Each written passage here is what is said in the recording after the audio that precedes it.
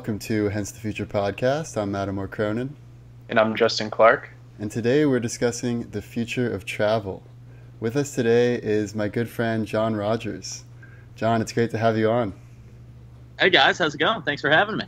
So John is an avid traveler and someone who just started his own YouTube channel to document some of his travels. And right now he's in Vietnam, is that right? That is. I'm in Ho Chi Minh City, formerly Saigon, in southern Vietnam. Yeah. Awesome. And I think a good first question to start would be, what do you think the difference is between travel and vacation? Like, why would you say that you're traveling now as opposed to saying you're on vacation or going on holiday? Yeah, I think they don't have to be mutually exclusive, those two things. I think the biggest difference there is the concept of getting away. I think a vacation is a true escape in a sense, kind of a reboot of sorts. Whereas for me, at least what I'm trying to do right now is traveling with a purpose. And again, it doesn't mean to say that it can't be enjoyable, it can't be fun, because it is. But I think a bit more of a kind of a focus to it. Right. It's kind of like no matter what you're doing when you go on a trip, you're always going to have some aspect that's sort of the R&R, hedonistic, just eating great foods and relaxing and that kind of stuff. But another slice is going to be really experiencing the place itself. And then another slice is experiencing the people. And I found that people take really different approaches to travel.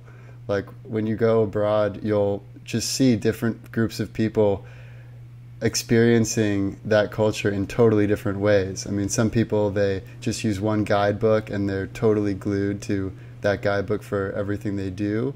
Other people are very outgoing and friendly, and they, just sort of chat up with any of the locals right away. And other people really couldn't care at all about interacting. It's more just about seeing the sights and documenting the trip. And I'm curious how you would describe your own travel style. Yeah, I think that's spot on, and I don't think there's no one right way to travel, right? Everyone has their own kind of preference. For me, though, I think as I've evolved as a traveler, I look back at my first kind of experiences abroad to kind of how I do it now. I try to go for the serendipity aspect.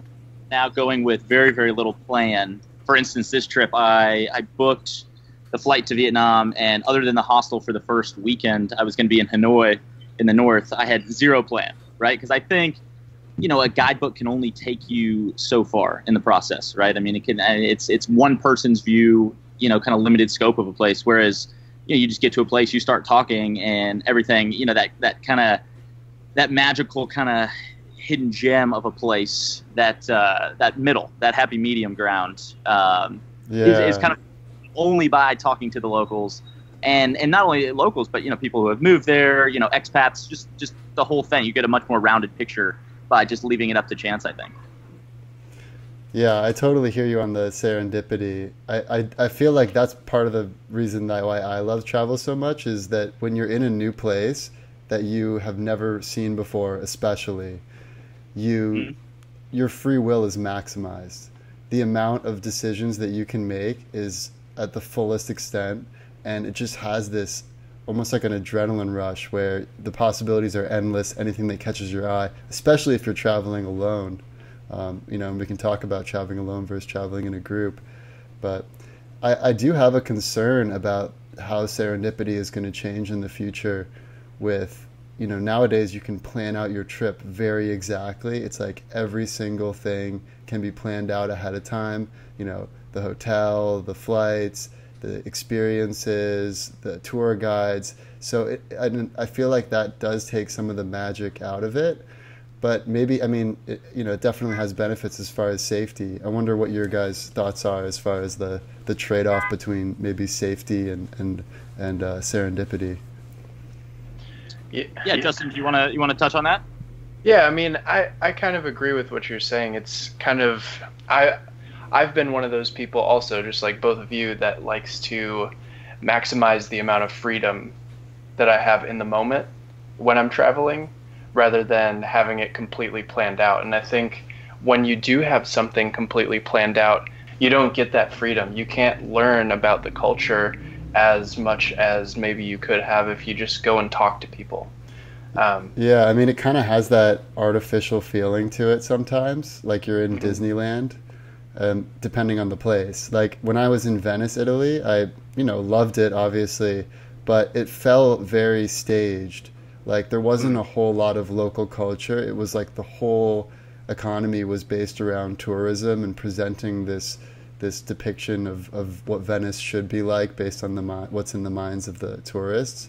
And then I've been in other places where like you really feel like it's your temporary home while you're there, and you really make connections. And I wonder if over time there's going to be fewer and fewer of the places where you can have those raw experiences, and there's going to be more of the Disneyland sort of travel experiences.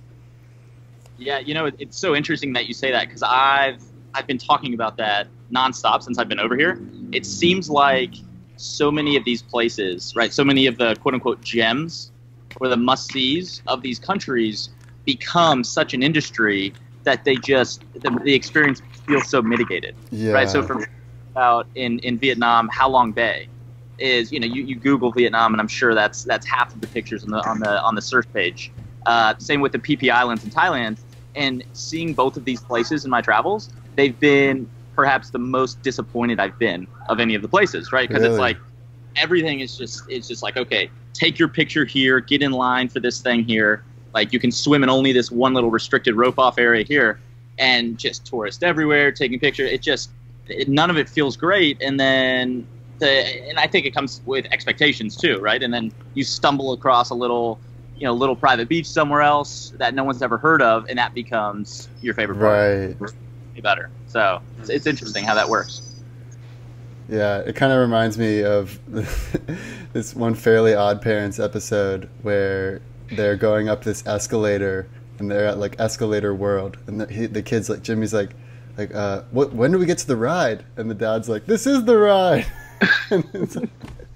And sometimes it feels like that when you're traveling. It's like you're waiting in line to go to some historic site that's a must-see, and everyone just waits for the best spot to take the Instagram photo. And then it's like, okay, check that off. What do we do now? Okay, what are the top reviewed restaurants? Okay, let's go to this one. Oh, it's a super long wait. And it becomes this game of like status, and image crafting. And it doesn't have to be, but that does seem to be a broad trend, especially with people, in the first world visiting other third world countries. And, I do think that there are ways that we can make it more authentic, but I'm not sure what those ways are. I wonder if you guys have any ideas or... Yeah, I mean, the problem is tourism is such a big industry in some of these countries. So if you, try to make something authentic in a way that reduces the amount of tourists that come to see this thing, then that reduces the income to these third world countries, for example.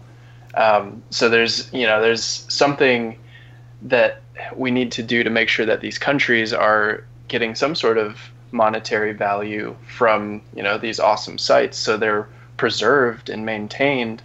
But we also, we need to figure out how to make sure that it's not so crowded that it takes away from the experience. And I don't really have a good answer to that.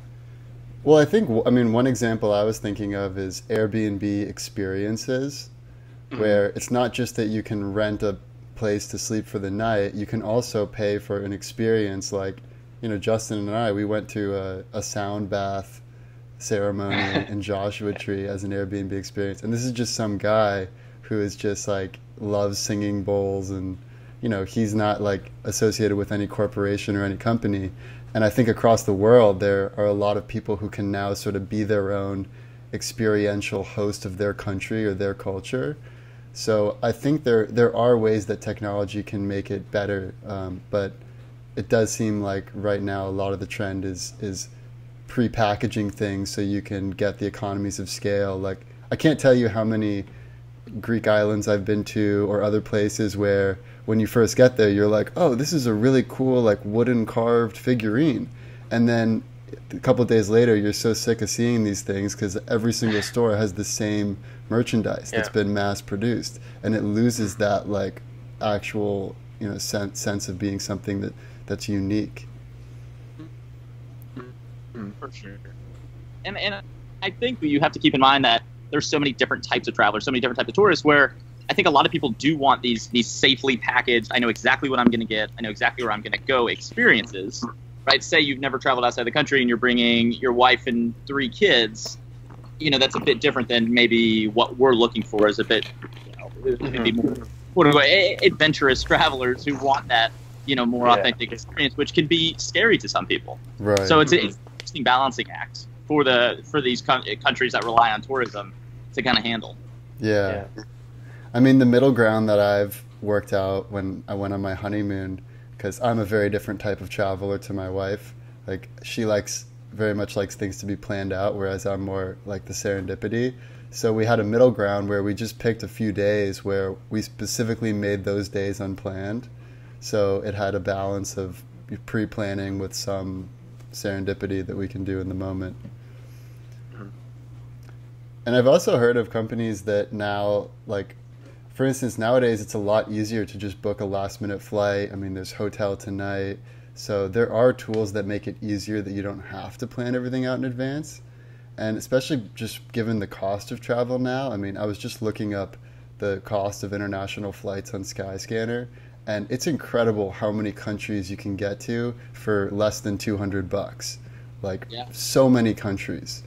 And that's, you know, even if you're making minimum wage, it's only saving up for, you know, maybe some weeks, some months, and then you can buy an international flight. And if you go somewhere that has a good conversion rate, then you can pretty much live like a king over there. So it does seem surprising that so few Americans actually travel. And I was trying to look into the numbers here. There's nothing super definitive, but basically what I found was that there's about 5% of the U.S. population that accounts for almost all of the trips in a given year internationally.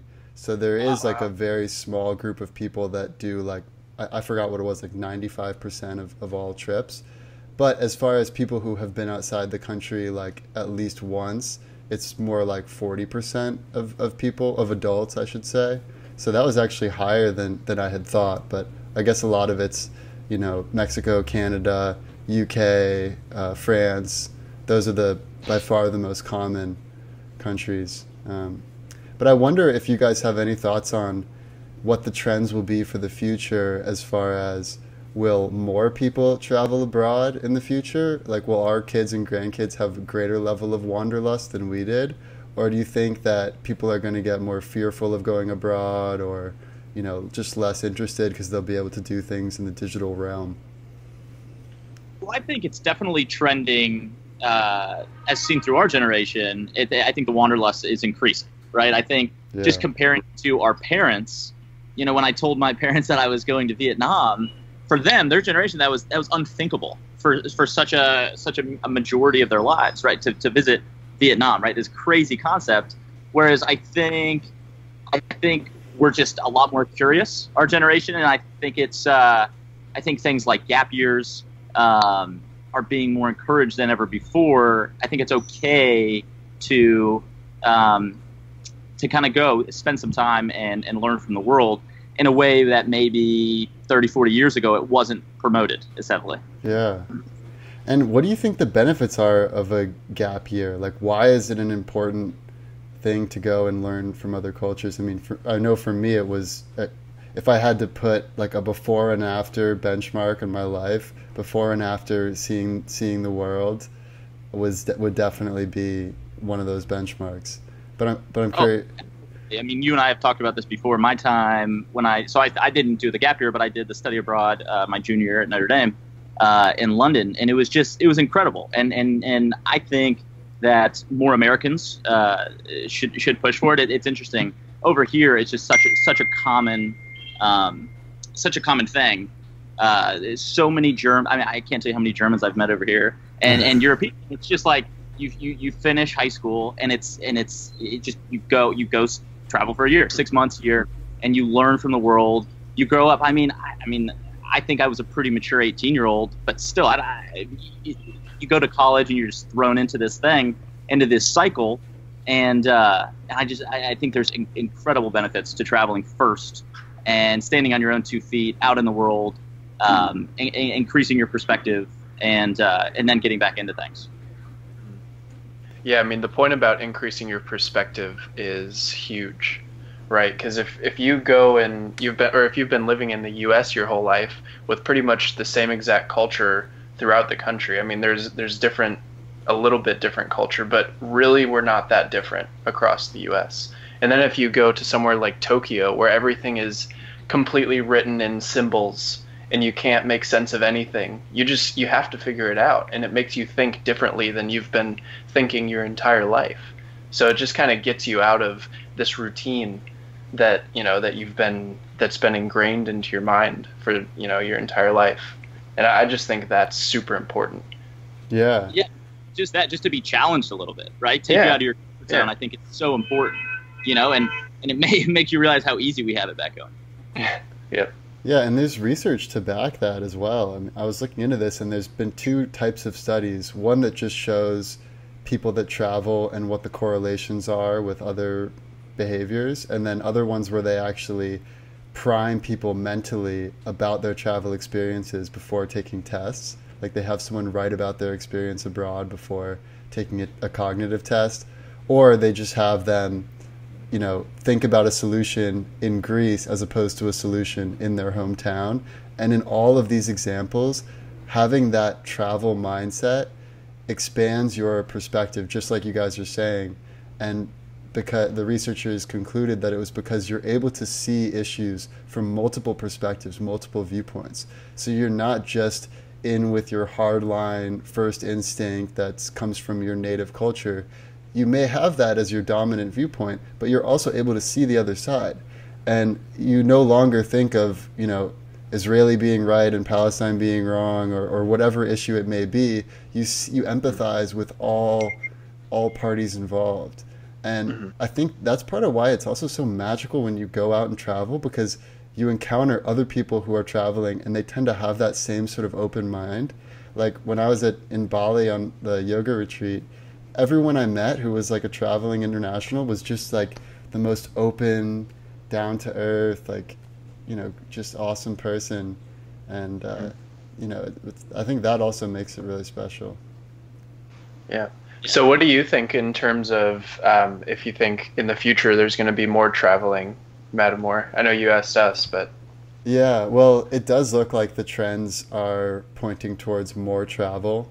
So that unless there's some big cultural change, like if we go super nationalist or something, maybe it'll change. But right now, more people are desiring to study abroad. More people are desiring things like a gap year. And there's also a lot of I think Instagram plays a big role. And now people, even if it's not for the right reasons, they want to go to that cliff so they can take that famous photo. That's it. Yeah, and now with a lot of jobs, you can do them remotely. There's this whole digital nomad movement too. Yeah. So people are basically traveling and working. It's kind of a long-term travel situation.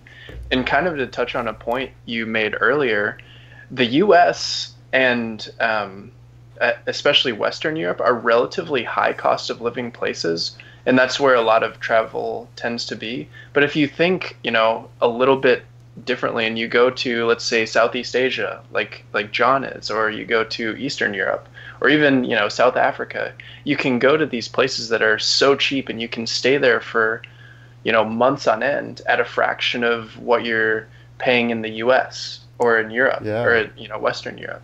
And my favorite tool for that is Nomads List, which was started by the Product Hunt team. And you can basically go on this site and it'll give you all of the cities in whatever region you're searching, rated by how's the weather there, how's the Wi-Fi, how's the food, how's the nightlife, how safe is it, what's the pollution, air quality like. It gives you all of these metrics so that you can really plan out your trip in a broad sense, but still have that level of serendipity where you're like, okay, I'm sort of near these countries. Let's see how they rank on digital nomads, and I'd like to go somewhere that has a really great nightlife or whatever you're looking for. So yeah, these communities are really strong. I saw in the New York Times that there's an estimated 5 million Americans who are living as digital nomads and making a living while they're seeing the world. And it's pretty remarkable. So I'd like to now talk about the different technology that may impact the future of travel. And after that, maybe we can get into the future scenarios. But I guess first, you're traveling right now, John. Is there any technology that you really depend on?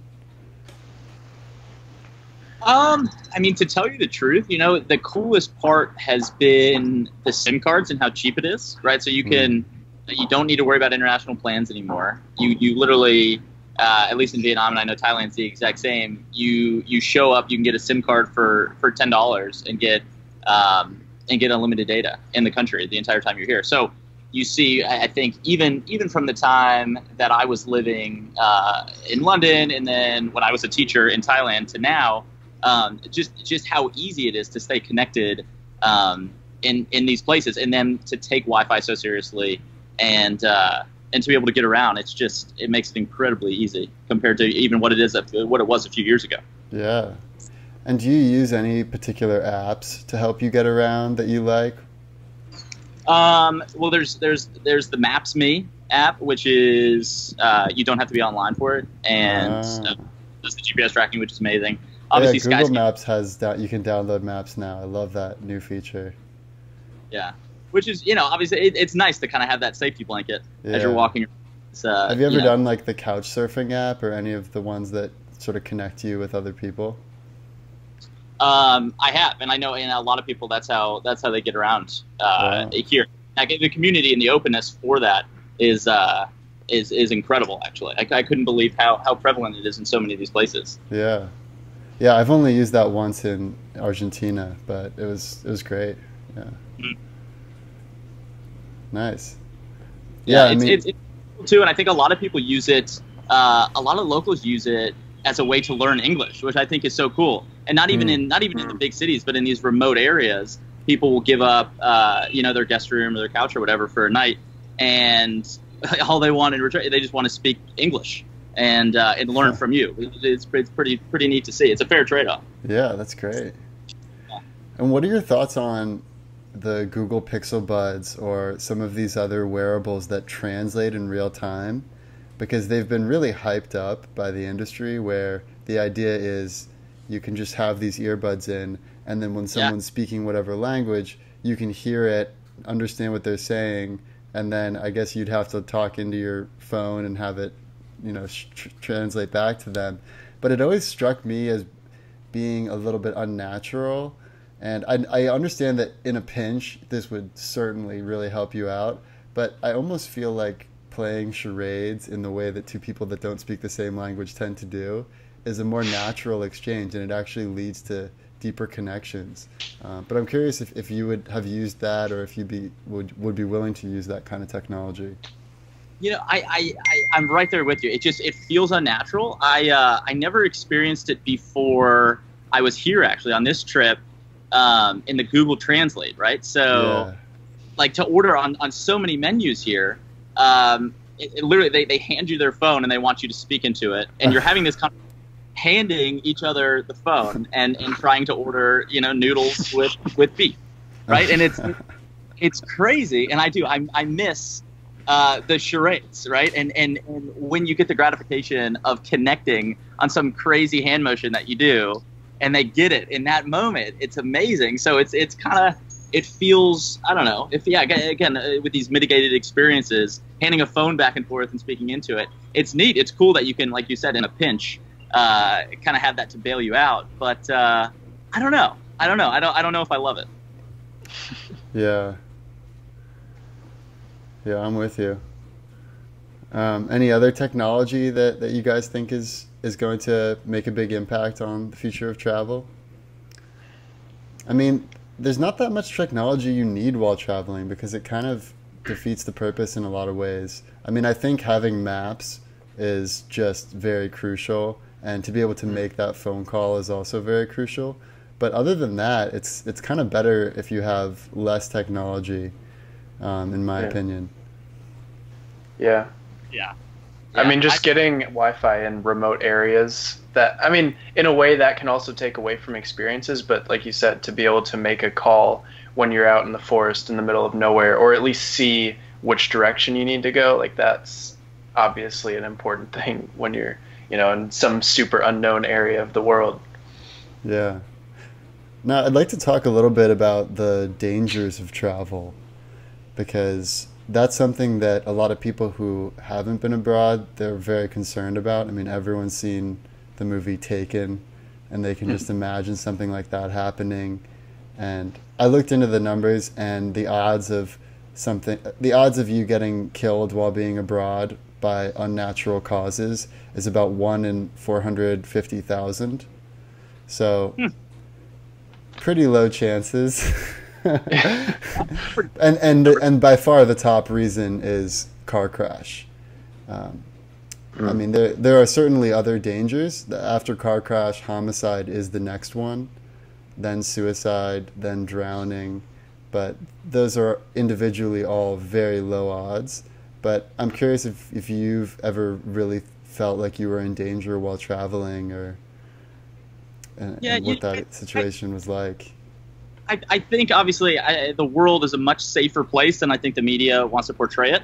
Right? You hear one terrible story, and that kind of informs your view on it. Mm-hmm. It's my mother's view, right? When I told her it bleeds, it leads, as the news industry says. But I think where a lot of people run into it is if you don't respect a culture, right? If you don't respect that you're not, on your turf anymore, I think that's when you can get in trouble, right? I think if you're reckless about it, if you go get blackout drunk and pick a fight with a local, something bad's going to happen. But I think if you go in with an open heart and you respect it and try to have some empathy, and again, and take that ego out of travel, I think you'll be okay. Yeah.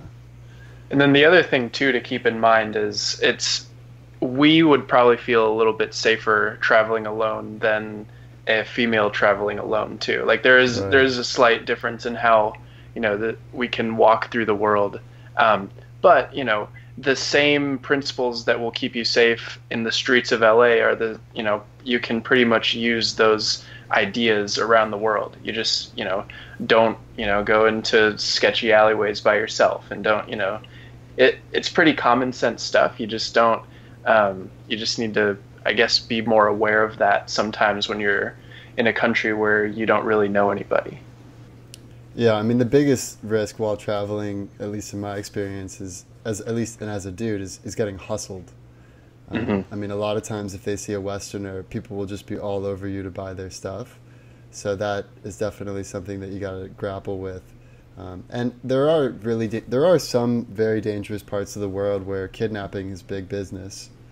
So that is something to be mindful of, wherever you may be, and being with a friend, and like you said, not getting too drunk or disrespecting the locals is big. And especially for safety, I think the biggest thing is really just your composure while you're walking around. Like if you look like someone who knows where they're going and has their head screwed on right, they're not going to pick you. But if you're walking around like wondering where you are, looking around with, carrying some rolly suitcases, and, then you're just basically a target for whatever their ploy may be.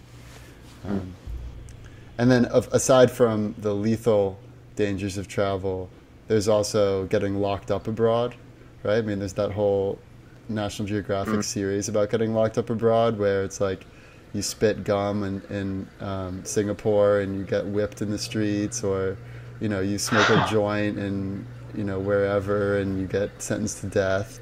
And so those are some dangers. The odds are very low, but I actually think what you said originally, John, about being respectful of the culture and sort of just becoming almost like a native while you are traveling, that's the best outcome across the board, for safety, for experiencing, for your own personal growth, for every aspect of why people travel, is really just immersing yourself in the way that people live in that country. Yeah, couldn't agree more. Awesome. Well, do you guys want to get into the future scenarios now? Yeah, let's do it. All right, let's take a quick break and then get into the future scenarios for travel. All right, Justin, what do you think is the worst case scenario for the future of travel? Worst case scenario. So, when I was first thinking about the worst case scenario, I was envisioning a future where basically there's no gems left in the world, right? Everything is just completely industrialized, like we were talking about in the beginning, where there's not really much authenticity left of certain places. So, for example, I know, at least from what I've heard, going to places like the pyramids it's a little weird when you see the entire city of Cairo backed right up to the pyramids. Like there's not really pyramids out in the desert somewhere, and it's just, I think we're probably losing some of these gems, and I think in the worst case we lose most of these gems, and it's just a scenario. It's a case where we don't get any of the serendipity that we were talking about because everything is completely planned out and you have to wait in line for everything. And I also think this is part of the issue, which is also part of, this could be seen as a upside, but if we have a whole bunch of people traveling, like even more people, let's say travel multiplies by 10 because more people can work remotely and just be nomads all over the world. I think that would potentially create this scenario where, there aren't these gems anymore because everyone's just waiting in line to get the next Instagram picture. So I don't know. It's hard for me to say I don't want people to travel because obviously I do, but I also want there to be some cool spots left in the world that are sort of unseen. At least you can kind of discover for yourself rather than being told to go to this place. Yeah, I had a similar worst case scenario because yours really resonates with me. Mine is, I would summarize my worst case scenario where every country turns into either Disneyland or Syria as far as travelers are concerned. Like, if they're, like, let's take, as far as the broad trends, the biggest trends in my mind are climate change and the climate refugees that'll be created as sea level rises, disasters, all the stuff we described in our last episode. And also automation and globalization, which both of those things reduce the income for people. It's really hard to compete against these big companies that can come in and provide whatever you're providing at a fraction of the cost and use machine learning algorithms to, make it a lot better. And, the full effects haven't been seen yet because, a lot of these companies start in America and then Europe, and then they kind of expand outwards from there. But I could see a situation where the countries that you're able to go to safely are very cookie cutter, like Venice, Italy, like, London may become more like that, Paris may become more like that. And it's like, those are the safe zones and you know exactly what you're going to get. And you go there and you got your whole thing planned out. And then the places where it's more authentic just become very dangerous because it's very uncertain there. And it'd be like if we had, 20 countries that were in a similar state of Syria. And if there's an increasing nationalistic trend across the board, then people would be less willing to help some of these groups. And it would lead to fear of travel. And I actually think that the less people travel, the more nationalism is going to flourish. And just everything in the long run is going to be worse the least that we cooperate with each other across the human race and even across all species, because we're all sort of in this together. And so, yeah, that's my worst case scenario. What do you think, John? Yeah, I agree with both of you. I think Justin, your point, I think through greed, I think a lot of the gems of the world could be ruined, right? And that's terrible. Obviously through climate change and just the pollution you see in all these incredible places just breaks your heart. I think if it just continues in that direction, and again, I think it's greed-based, right? And they're not concerned about the future. They're concerned about making money right now, right? And I think that heads you down a very, very dangerous path.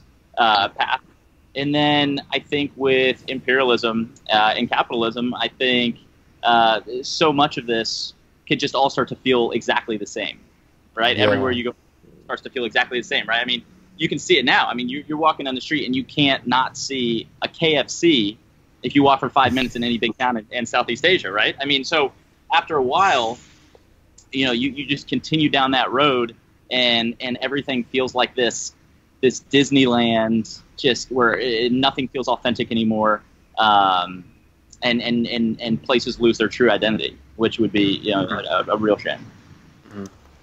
Yeah, totally agree. Well, let's turn it around and talk about the best case scenario. Best case scenario. So what do you think is the best case, John? I think best case scenario is people and use travel as a caveat to gain empathy, right? And that creates a world where people are more informed and again more empathetic, and travel takes a step back from this greedy industry that leads to things like pollution and corruption, and goes back to, we find a way to preserve what is great and special and unique about these places, and you can go and have a real experience, and again learn from that, and then take that back to your world and learn these lessons, and we heal as a world through that. Yeah, I mean, that's pretty much right on par with what I was going to say. Just this cross-pollination of ideas and people coming together from different cultures is what I think the world needs right now, right? We're in this situation where we view people that don't look like us, or they're all the way across the world, as the other, and we can treat them subhuman, across the world, or make decisions here and now that ultimately have an effect on people across the world, like excess pollution, and that, when we pollute the air, that pollutes the entire world's air.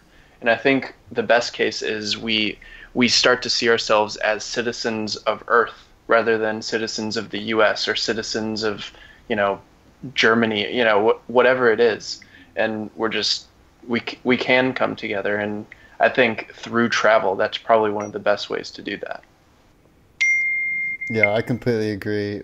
I think preserving the natural landmarks and the culturally important landmarks is going to be really key for the future of travel. I mean, if we can't get the pollution and climate part together, then it doesn't matter how nice the buildings are or how nice the kiosks are that show you digital screens of what this place used to look like in its heyday.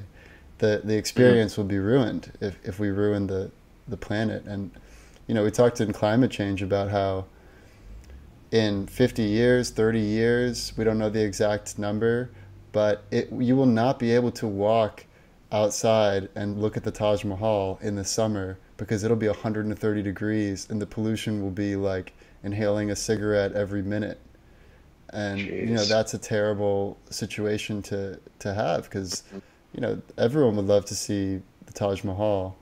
And so I really think a lot of it hinges on how we deal with the environment. But if we do have this pro-environmental movement, I think that'll be coupled with people having more respect for the environment and really wanting to go and explore some of these great places, the wonders of the world. And that'll lead to cultural exploration. And like you said, Justin, that'll lead to more empathy across all different types of people.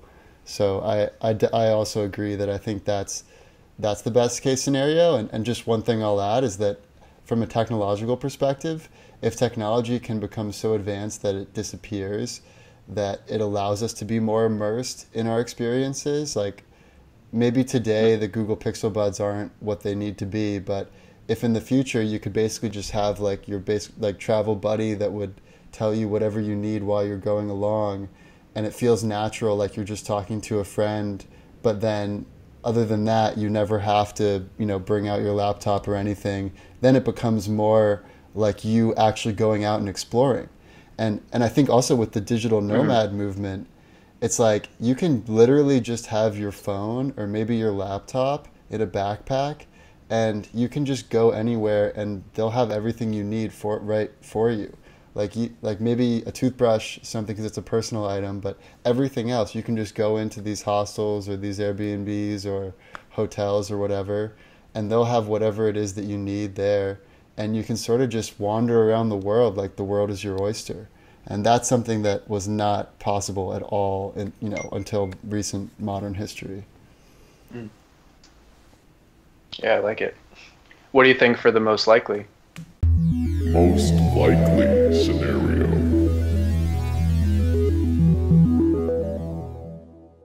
So my most likely scenario is that by and large, travel continues to become more of a status game.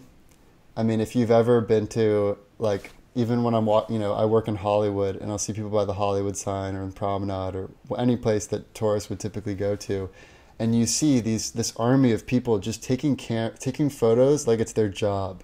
Like they're only viewing the world through the realm of the digital screen and just thinking about how they're going to say that they went there after they got it.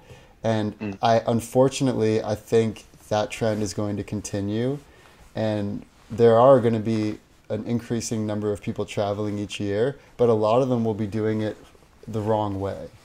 They won't be immersing themselves and expanding their mind. It'll more be like they're furthering the narration of their own ego and who they think of themselves as to be. But I think that there's always going to be subcultures of people who are anti whatever the mainstream culture is, and in those subcultures there's going to be a thriving group of digital nomads. There's going to be a thriving group of people who wander around the world and fight for the environment and preserve culture and meet each other face to face and do things the old-fashioned way. So I am hopeful, but I'm also a little fearful just looking at where the trends are right now. What do you think, John? Yeah, I mean, I agree with you, Mattimore. But I guess even if you look at it, I mean, okay, there definitely there's the Instagram culture and just trying to get the picture just there, just to show it to your friends. But at the end of the day, I still think that's better than not traveling at all, right? So at least you're picking something up. But yeah, I think the most likely is that it has to get a little bit worse. It's going to get a little bit worse before it gets better, especially with pollution and climate trends. But I think, as you touched upon, Mattimore, there's a group. I mean, it's a growing consciousness of that we need to change to preserve this and how special these experiences can be. But if we don't do something about it, it's a slippery and dangerous slope, and we risk losing a lot of these things. Yeah, and one thing that we could do to have more people travel and more people have this perspective, you could have a simple policy like the government gives people a stipend to travel for every American citizen when they turn 18 or when they turn 21 or whatever the right age is. But they did a similar thing in Obama's administration to promote the national parks and going outdoors. And every fourth grader had some time off school, and they got free entrance for them and their family to any of the national parks for the entire year when they're in fourth grade. And that really helped make people feel like nature is something we need to take care of. Now I have a personal relationship with nature. Now I care about what goes on in these parks and what the policies are. In the same way, if we made it so that every person, when they're just becoming a young adult and transitioning into adulthood, if they can go then travel the world, then all of a sudden they're going to care about what happens in Europe or Asia or Africa or wherever they may travel to. Yeah. And that's not a very difficult policy to make, especially given the cost of flights is always going down, cost of travel is going down. So I am hopeful that we have some good policy changes as well. Yeah, it's interesting. I think that'd be incredible for governments to push for gap years in a similar program of how insurance companies give parents tax breaks if their kids get all A's, right? Similar kind of thing. If your kid travels, studies abroad, there's some sort of incentive there. A kind of a commitment investment in the future. And that'll have returns for the economy as well. So even if, the government is just thinking selfishly, I mean, in the studies that I cited earlier, it makes people smarter, more empathetic, more open, willing to cooperate, just by going for a 2-week trip to someplace you've never been, or even a 1-week trip. I mean, it's amazing how little you have to be out of your comfort zone of your default mode network of where you go to the same breakfast place every morning, drive the same route to work each day. It's like the number of choices most people make in a typical day is like, oh, do I want like the tuna or the chicken? Like, it's so just get it even for 1 week every 3 years would just make a world of difference to most people's lives. Yeah. So I guess I'll finish off with my likely scenario, but so I took this a little differently. I think the amount of travelers is only going to increase. I think, with technology and the way that the trends that we're seeing with jobs, and, if a whole bunch of jobs get automated away, maybe there has to be something like a UBI. On a side note, I think if there is some sort of UBI, that'll just exponentially increase how much travel is being done. Well, in the countries that have the UBI. Yeah. Unless there was like a truly universal, but we may have to wait a couple hundred years for that. Yeah, that's true. But anyways, so what I think is going to happen is we do continue to see these huge monuments, and the really known ones become more and more industrialized, which I think that's more towards the worst case. But at the same time, there's an upside to the whole travel industry. I know there are some negative aspects to it, but there are also aspects to it where there is an incentive to preserve 3,000-year-old Mayan ruins. If there wasn't an incentive structure for people in fairly poor countries, they could use this land for something else, but instead they're using it as a nature preserve because that's what the tourists want to see.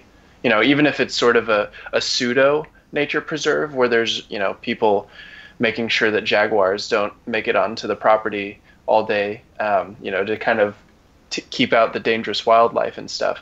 There's still a place that is fairly natural. And it's being preserved because of travel. So that's the upside of having all of these travelers, is there might be more an incentive structure for people in countries to preserve, let's say, the Amazon. If people, if South America becomes a hub of traveling, then maybe the Amazon becomes a place that we want to preserve instead of cut down all the trees for farming and lumber. So, I just think there's going to be two sides of it. We just have to, I think both are probably going to be equally likely, and both are going to happen.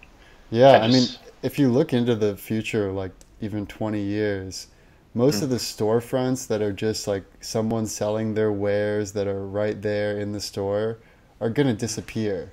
I mean, even in San Francisco, I've noticed that a lot of the buildings that used to be malls that you would go in, you'd pick up these physical items and take them with you home, they're turning into more experiential places. Like they're taking down malls and they're putting in co-working spaces, they're putting in escape rooms, they're putting in, places for people to gather. And I think that trend, it may take a while to reach out to the other parts of the world, but like you said, the culturally historic places are going to be the most important places for these countries economically over the long term. I mean, Saudi Arabia is getting completely off of oil by the year 2050. Like, their cultural landmarks are going to be a bigger moneymaker than where they make 90% of their money today. And so I think there's going to be a big movement towards more experiential, and if that's coupled with more travel and more open-mindedness, then we may achieve global unity on some of these major issues sooner than we think. Yeah, I like it. I think that's a good place to wrap up. Global unity. Awesome. Any final thoughts, John, or are you good? No, I think this was good. This was very fun. I appreciate you guys having me on today. It was good. Yeah, good to have you. Very Awesome. thing. Thank you, everyone, for listening. This has We're been going to talk the about future what of has travel. happened, And what is we'll see you currently next time. happening, and what will inevitably happen. The past, the present, and the future. Our computer is picking up a strange signal. The past, the present, and the future, baby. What's the world coming to? The past, the present, and the future.